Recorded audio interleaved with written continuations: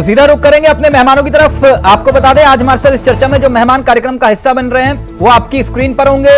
शिशपाल जी हैं, कांग्रेस के चेहरे हैं, कमलेश रमन जी बीजेपी का चेहरा और वरिष्ठ पत्रकार गजेंद्र जी हमारे साथ इस कार्यक्रम का हिस्सा है। आप सभी का बहुत बहुत स्वागत है। राजनीतिक मेहमानों की तरफ बाद में कुछ करेंगे। सबसे पहले गजेंद्र भाई आपसे चर्चा की शुरुआत, किस परिप्रेक्ष्य और किस नजरिए से देखा जाए इस मांग को 70 की जगह 101 हो सीट और 5 की जगह 11 लोकसभा सीट?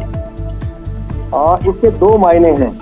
एक तो अभी आपने कुछ दिन पहले दिलीप रावत का बयान सुना, हाँ। कि अगर मेरी नहीं सुनी गई तो विधानसभा जाना बंद कर दूंगा। दूसरा आप किशोर उपाध्याय जी लेकर आए हैं, और किशोर उपाध्याय इस मांग को तब भी करते थे जब वो कांग्रेस पार्टी के अध्यक्ष थे। बिल्कुल, यानी कि अब उनको एहसास हो गया कि जिस काम के लिए वो भाजपा में गए थे वो काम अभी तक हुआ नहीं। और ये भी बताया जा रहा है कि उनके जो कमिटमेंट है उस समय जेपी नड्डा से लेकर तमाम लोगों के सामने वो भी पूरे नहीं किए गए। सवाल ये है कि आज गजेंद्र भाई ये कमिटमेंट तो नहीं हुआ होगा, वो रेस कोर्स में जो मीटिंग हुई उसमें ये कमिटमेंट तो नहीं था, कम से कम जहां तक मेरी जानकारी है कि ये वाला नहीं था, कोई दूसरा कमिटमेंट था। चलिए दूसरा भी होगा तो उसकी भी आगे चर्चा करेंगे। हाँ। विषय ये है कि ये जो डबल इंजन की सरकार है, ये इनके मुख्यमंत्री हुआ करते थे निशंक, उन्होंने 4 जिलों की घोषणा करी थी। बिल्कुल, वो चले गए, आज तक जिले नहीं बने। उसके बाद दूसरे मुख्यमंत्री बने त्रिवेंद्र सिंह रावत, उन्होंने कमिश्नर बनाया, जो है गैर फैन को कमिश्नर ही बनाया। हाँ। उनकी भी कुर्सी चली गई, पता नहीं चला कमिश्नरी कहाँ चली गई। असल बात यह है कि क्या किशोर उपाध्याय के मन में कोई डर है? अभी मैं कुछ देर पहले उनके साथ ही एक टीवी डिबेट में चर्चा में था, बात वहां आ नहीं पाई। विषय ये है कि जिस विधानसभा से चुनकर आते हैं, आज जैसे पहाड़ की चिंता कर रहे हैं, आपको अच्छी तरह याद होगा कि 2017 में किशोर उपाध्याय टिहरी विधानसभा सीट को छोड़कर देहरादून की सहसपुर विधानसभा से चुनाव लड़े थे, हालांकि वो हार गए। इसका मतलब वो इस बात को महसूस कर रहे हैं कि पहाड़ में मतदाता भी कम हो रहा है, पहाड़ में जाना कठिन हो रहा है। दूसरा ये है कि जिस विधानसभा से चुनकर आते हैं वहां पर जो उनके 2 मुख्य दुश्मन है राजनीतिक रूप से, दिनेश धन है जो एक बार विधायक रहे, एक बार धन सिंह नेगी रहे, वो भी भाजपा में आ गए। हाँ। और ऐसे 2 दर्जन लोग हैं जो कांग्रेस पार्टी से चुनाव लड़े 2022 में, लेकिन आज भाजपा में आ गए। अब इन सब के लिए किस स्पेस की जरूरत है? इन सब को जो है सीटें चाहिए, चुनाव लड़ना है, क्या होगा क्या नहीं होगा। एक तो इस बात को लेकर एक्सरसाइज है कि भाई अब आने वाले समय के लिए अपना भविष्य फिक्स करना है कि हमें जाना कहाँ है, और भारतीय जनता पार्टी जितनी ज्यादा सीट होगी उससे उतने ज्यादा विकल्प खुले होंगे। निश्चित रूप से अगर सीटें ही नहीं होंगी, और इसका किशोर उपाध्याय एक बार पहले नुकसान झेल चुके हैं। 2004 में जब तिवारी सरकार चल रही थी तो वो मिनिस्टर हुआ करते थे जी। तो एक केंद्र सरकार से नियम आया कि मंत्रिमंडल की सीटें आपने फिक्स करनी है। तो मंत्रिमंडल की 5 सीटें कम की गई तो किशोर उपाध्याय की कुर्सी भी चली गई, सुनील सजवाल की चली गई, मंत्री प्रसाद मेहतानी को हटाया गया, वीरेंद्र सिंह नेगी और राम प्रसाद तमता, इन 5 लोगों को भी हटाया गया। अब सवाल यह है कि अगर चिंता सिर्फ इस बात की है कि अपना राजनीतिक भविष्य कैसे फिक्स किया जाए, और चूंकि अधिकांश लोग भाजपा के लोग खरीद फरोख्त करके, डरा धमका के, लालच देके जिस तरह से भी लेकर आए हैं, उनका आने वाले समय में क्या होगा? और कम से कम हॉर्स ट्रेडिंग तो खत्म हो जाएगी। वो जो वॉल्वो बस आती है यूं करते हुए आगे दिखाई देते हैं नेता कि भैया हो गया बात है।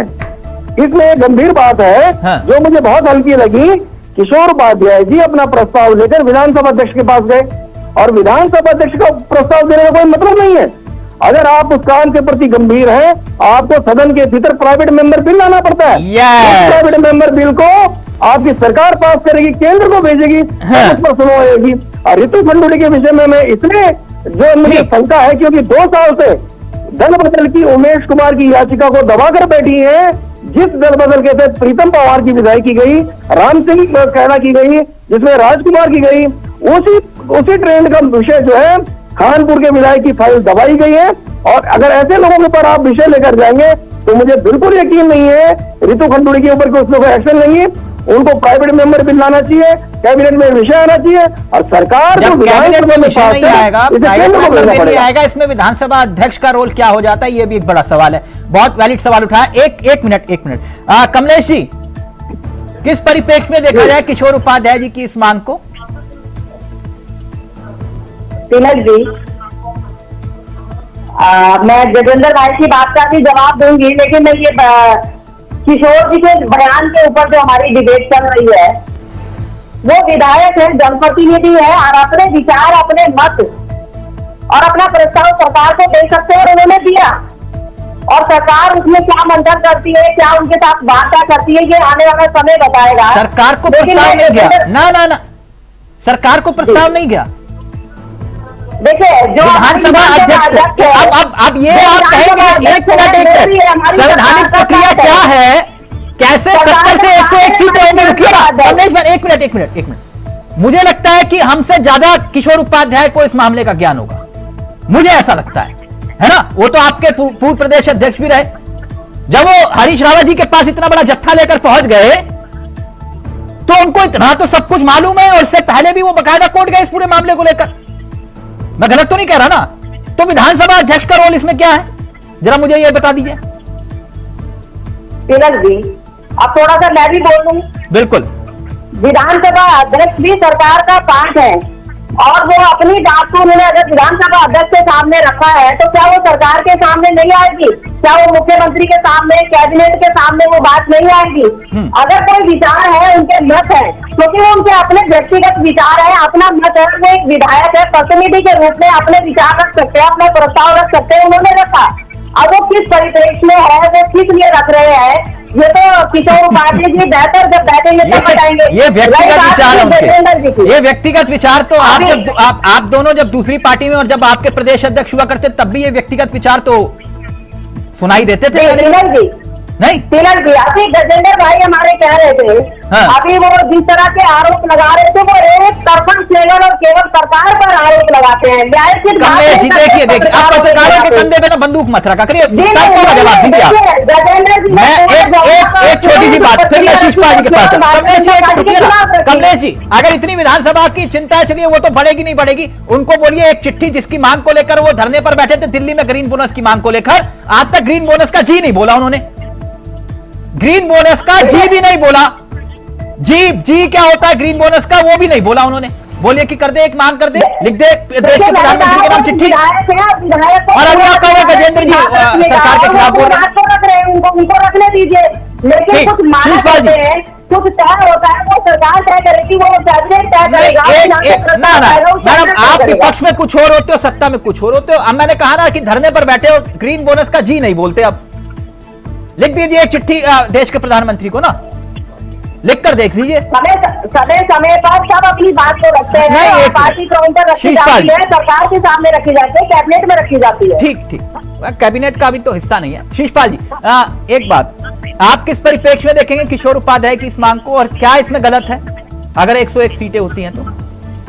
देखिए तिलक जी, विधानसभा के सीटें बढ़ाना या न बढ़ाना ये परिसीमन आयोग के अधिकार क्षेत्र का मामला है, और अभी जो है 2026 के लिए परिसीमन आयोग का गठन नहीं हुआ है, और ये केवल एक अभी कवायद का हिस्सा है कि 2026 में, क्योंकि संविधान का संकल्प है, देश के संविधान ने 2026 तक के लिए परिसीमन को स्थगित किया था, तो उम्मीद की जा रही है कि 2026 में परिसीमन आयोग का गठन होगा, और निश्चित तौर पर विधानसभा और लोकसभा की सीटें बढ़ेंगी, तब उत्तराखंड का विषय भी उसके संज्ञान में आएगा। नहीं, आप इस मामले में स्टैंड क्या है आपका?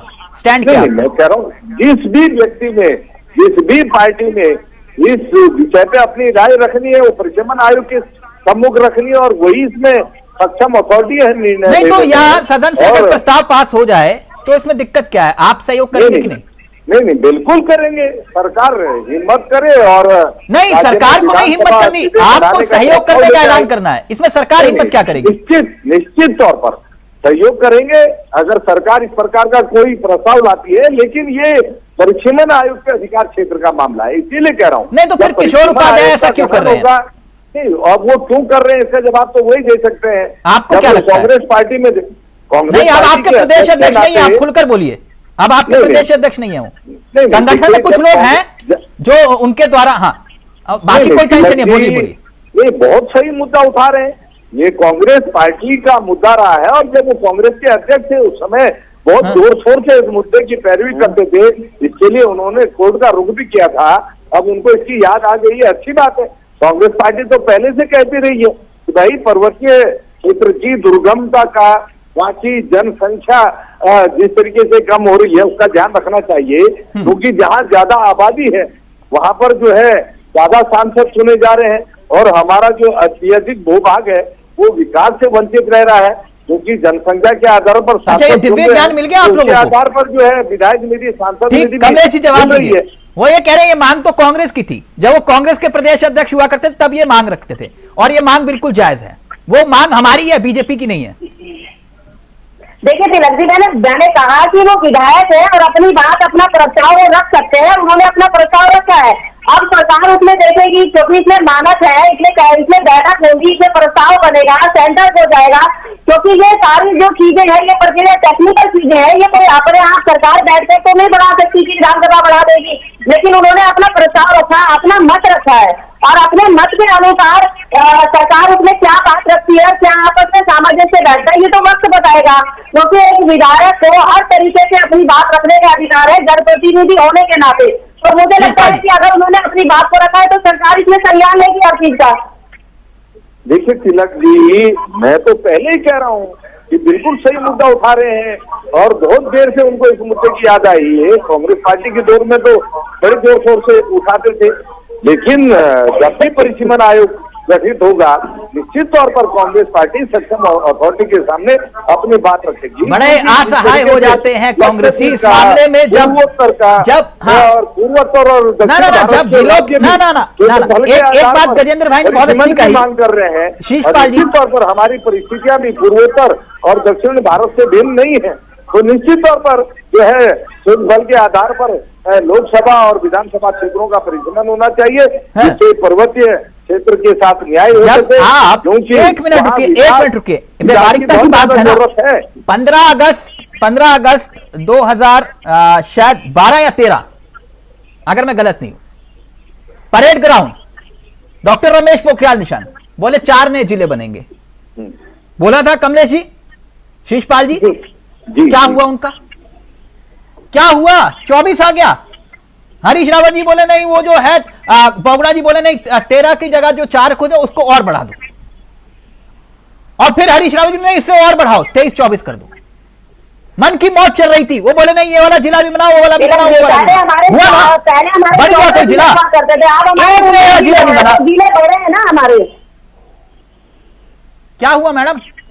बना पहले 14 जिले थे हमारे, अब 19 जिले। किसके? प्रदेश से। मैडम संगठन की बात नहीं कर रहा मैं राज्य की बात कर रहा हूं। वहां संगठन का ऐलान कर रहे थे, देश के मुख्यमंत्री जो है राज्य के, वो वहां ऐलान कर रहे थे कि भैया हमारे प्रदेश कार्यकारिणी के संगठन के कितने जिले होंगे। क्यों कमलेश बयान मजाक करते हो? एक राज्य का मुख्यमंत्री वहां परेड ग्राउंड में 15 अगस्त के दिन यह ऐलान करेगा कि मेरे बीजेपी के संगठन के कितने जिले बनेंगे। वहां यह ऐलान होगा कि भैया मैं राज्य के कितने नए जिले बना रहा हूं। राज्य के जिलों का ऐलान हुआ है, संगठन के जिलों का ऐलान पार्टी फोन पर होता है। हाँ, तो वो संगठन का मामला है मैडम, राज्य की बात कर रहा हूं मैं राज्य की बात कर रहा हूं। उधर के संगठन के जिलों का बखान नहीं किया उन्होंने, मैं राज्यों के जिलों की बात कर रहा हूं। औपचारिक रूप से राज्य के मुख्यमंत्री ने ऐलान किया कि 4 नए जिले बनेंगे। मैं उन जिलों की बात कर रहा हूं, आप संगठन के जिलों की बात कर रहे हो। एक मिनट गजेंद्र भाई, ये व्यवहारिक है, इतना आसान है, और वो भी तब जब पहाड़ के कहे कि भाई पहाड़ की पीड़ा है, विधायक जो है वो मैदान में आके चुनाव लड़ रहे हैं। मैदान में आके चुनाव नहीं लड़ रहे, वो पहाड़ के जो नेता थे वो मैदान में जो है देहरादून में अपना घर बना चुके हैं। किशोर उपाध्याय जी, मैंने कहा ना कि जो कमिटमेंट उनके साथ हुए थे वो पूरे नहीं हुए हैं। हाँ। और एक कमिटमेंट उनके साथ ये भी था जो बताया जा रहा है कि 2024 का लोकसभा का टिकट उनको देना था, वो भी नहीं दिया गया। हाँ। दूसरा, एक और बड़ी चिंता से वो लड़ रहे हैं आजकल, वो टिहरी में मेडिकल कॉलेज खोलने का उन्होंने कमिटमेंट किया था। और आप देखिए कितनी मतलब दिक्कत है कि जब सरकार ने उनको बताया कि भाई ये तो मानक पूरे नहीं करता, तो दूसरी चिट्ठी बनानी पड़ी। उस चिट्ठी में लिखना पड़ा कि जो उत्तरकाशी के जो मरीज है वो टिहरी जिले में आएंगे, जो रुद्रप्रयाग के हैं वो भी जो है टिहरी जिले में आएंगे, जो जहां पर मेडिकल कॉलेज बनाने की बात कर रहे हैं। इसका मतलब इतनी बड़ी दिक्कत व्यावहारिकता है पहाड़ को लेकर। और ये विषय सिर्फ इसलिए नहीं है, जो मैंने कहा हो सकता है कि पॉलिटिकल इनका हो सकता है कि भाई अब सब लोग इकट्ठे हो गए, किसको टिकट दे, रमन जी को कहाँ टिकट मिले ना मिले, किसी दूसरे को मिले ना मिले, बड़ी चिंता है क्योंकि वो बहुत भीड़ इकट्ठी हो गई है। महेंद्र भट्ट ने कहा था कि 18,000 लोग आ गए, अब वो 18,000 लोग तो कहीं ना कहीं खपाने हैं। विषय तिलक भाई ये है कि जो परिसीमन की लड़ाई जिस बात को आज किशोर उपाध्याय जी कह रहे हैं, वो लड़ाई इतनी गंभीर है कि पहाड़ में आपने गांव को जो है नगर पंचायत बनाया, नगर पंचायत से नगर पालिका बनाया, नगर पालिका का आपने नगर निगम बनाया। तो जब आप आगे की तरफ बढ़ रहे होते हैं, वहां की भी पालक है कि गांव के प्रधान के टिकट के लिए इतनी जनसंख्या होनी चाहिए, नगर पंचायत के लिए इतनी जनसंख्या होनी चाहिए, नगर पालिका नगर निगम के लिए भी जनसंख्या का ही मानक है। नहीं, जैसे तो गजेंद्र भाई, ये अभी शिषपाल जी बोले नहीं ये तो हमारी मांग थी, ये हमने की थी, भले ही प्रदेश अध्यक्ष वो थे तो क्या हुआ, ये तो मांग तो हमारी है।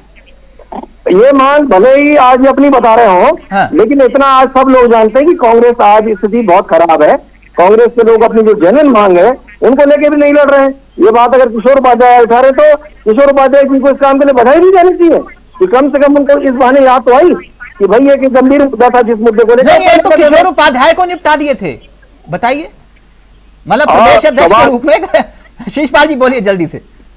देखिए तिलक जी, हमने किसी को नहीं निपटाया। राजनीति में भाई वो बहुत वरिष्ठ नेता है, उन्होंने अपना जो निर्णय लिया, भले आज उस निर्णय से उनको पीड़ा हो रही है भाजपा में, वो अपने को ऐसा ही महसूस कर रहे हैं भाजपा में उनकी सुनवाई नहीं हो रही है, और जो कांग्रेस में प्रदेश अध्यक्ष रहे, मंत्री रहे, आज एक विधायक बन के रह गए हैं, तो उनको वहाँ घुटन महसूस हो रही है। और उनके जैसे अन्य भी बहुत नेता हैं जो असली घुटन पता क्या थी उनको, घुटन महसूस कर रहे हैं। शिषपाल जी, असली घुटन पता क्या थी, मान सम्मान मैं बताता हूँ, एक मिनट रुको ना, एक कहीं नहीं मिल सकता। असली घुटन बताता हूँ। शिषपाल जी सुन लो, उनको भी होगा, सुन लो, जिनकी आप चर्चा कर रहे हो, और निश्चित तौर पर जिस तरीके से जो है नेताओं का, कार्यकर्ताओं का सम्मान कांग्रेस पार्टी करती है, भाजपा तो केवल दोहन करती है। मैं बता रहा हूँ ना क्या सम्मान हुआ किशोर उपाध्याय का, रुकिए ना शिषपाल जी, जो इस समय डिबेट में हो रही है, ऐसा लग रहा है जैसे डिबेट बच्चे कर रहे हैं बैठ के।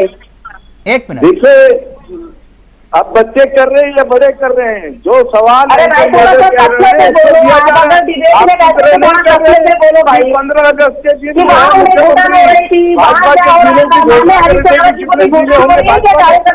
प्रदेश में हरीश रावत जी पुनर्गठन पर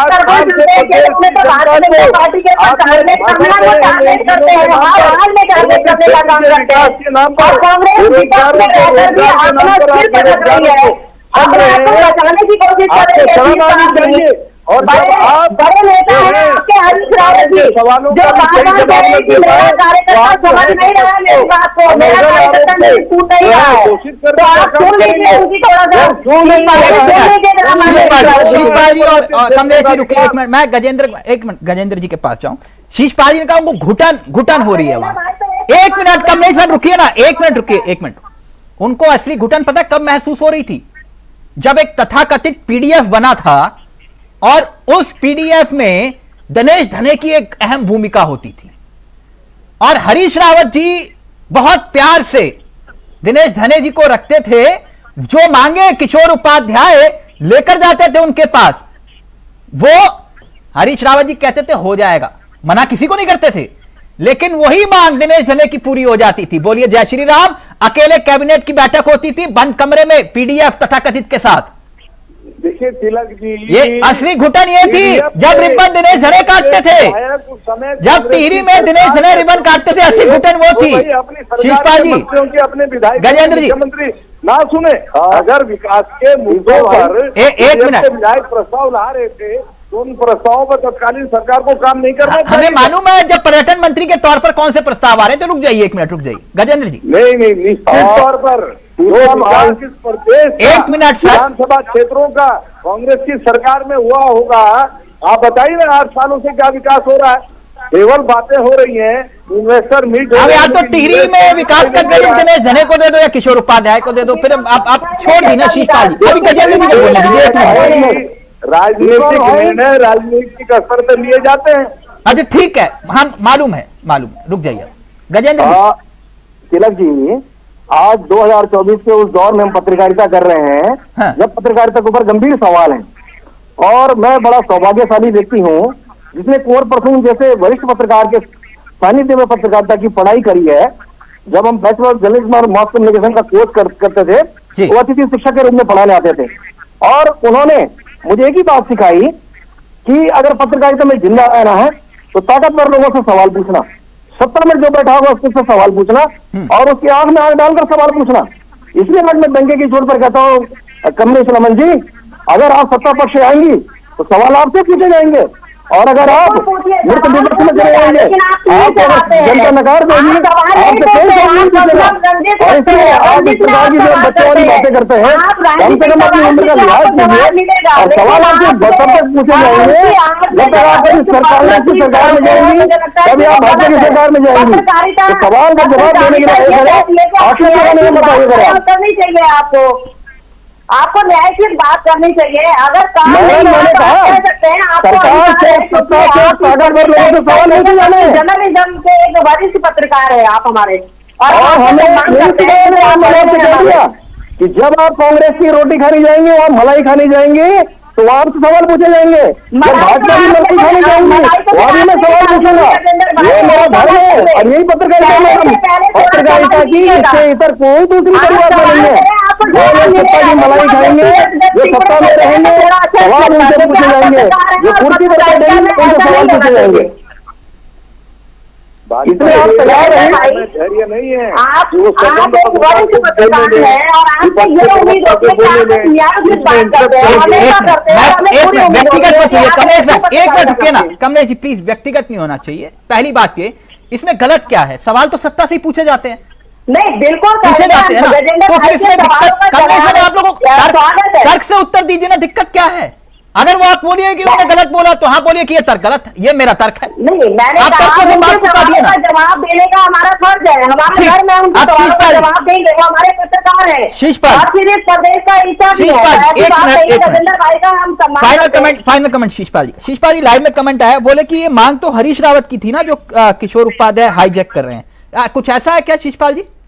देखिए तिलक जी, कांग्रेस पार्टी सदैव पर्वतीय क्षेत्रों के साथ, छोटे राज्यों के साथ न्याय करने के पक्ष में रही है, और हम इस बात को फिर दोहरा रहे हैं कि जब भी परिसीमन आयोग का गठन होगा, निश्चित तौर पर हम पर्वतीय क्षेत्रों में न्याय की मांग परिसीमन आयोग से करेंगे। और पर्वतीय शीशपाल जी बहुत डिफेंसिव था मामला।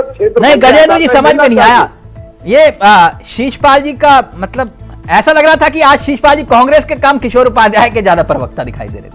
आज समझ में नहीं आया मामला, फील्ड में काम नहीं कर रहे। ये इनसाइड स्टोरी अगली बार, गजेंद्र भाई इनसाइड स्टोरी शीशपाल जी की अगली बार। थैंक यू सो मच, बहुत बहुत शुक्रिया कमलेश जी आपका, शीशपाल जी आपका, गजेंद्र जी आपका भी बहुत बहुत शुक्रिया। लेकिन ये मांग, अब कहते हैं ना कई बार फुटेज हासिल करने के लिए भी होता है मामला, और इस मामले में किशोर उपाध्याय का जवाब नहीं है। नमस्कार, जय हिंद, जय भारत, जय उत्तराखंड।